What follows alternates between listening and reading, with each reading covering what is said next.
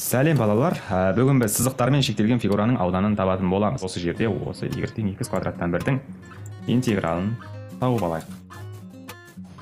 X квадраттан 1 ол 2 тең минус 2-ге тең.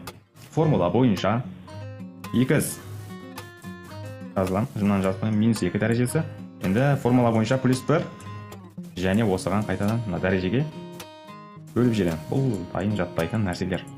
Қиын ештеңесі жоқ. X тең болады, минус 2-ге плюс 1-ді қоссам минус 1 және бөлімінде де тура сол қалады. Минусты алдына шығарып жіберемін. Енді 1 бәрібір жазбасақ та болады. Таңбасы әсер етеді бәрібір. Минус 1 дәрежесі.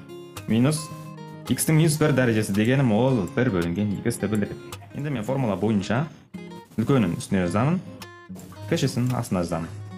Және 1 бөлінген x квадрат dx тең болады f2 минус f1.